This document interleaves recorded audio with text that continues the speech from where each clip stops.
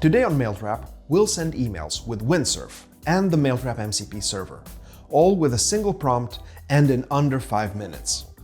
First of all, make sure you have the latest versions of Windsurf and Node.js installed.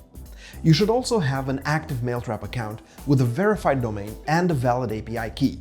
You can create one in your Mailtrap dashboard, just be sure to follow the instructions.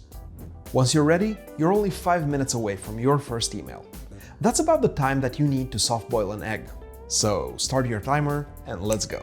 Open your Windsurf code editor and navigate to Settings. Under Cascade, click on Manage MCPs and then View Raw Config. Next, feel free to pause this video and copy this code snippet to the MCP configuration. Don't forget to include the Mailtrap API token and add your default from email with a domain that's verified in Mailtrap. Then, save the configuration, click Refresh, and you should see the Mailtrap MCP server enabled.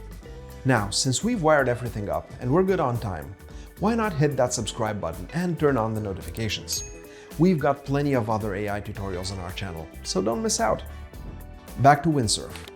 Let's use a simple prompt like this one to tell the AI to send an email to a specified email address. For the purposes of this demo, we'll also add a subject line and have the AI compose a message wishing our recipient a great day. Hit enter, and in a few seconds, Windsurf will send the email and provide you with the message ID. And just like that, the email has arrived in our inbox. Modern magic. Additionally, in the Mailtrap email logs, we can see more info on the message itself. Besides sending emails from Windsurf, we've also sent emails from other AI tools like Claude and Cursor. To find out how we did it, check out our 3-minute tutorials over at the Mailtrap channel. I'll see you in a minute.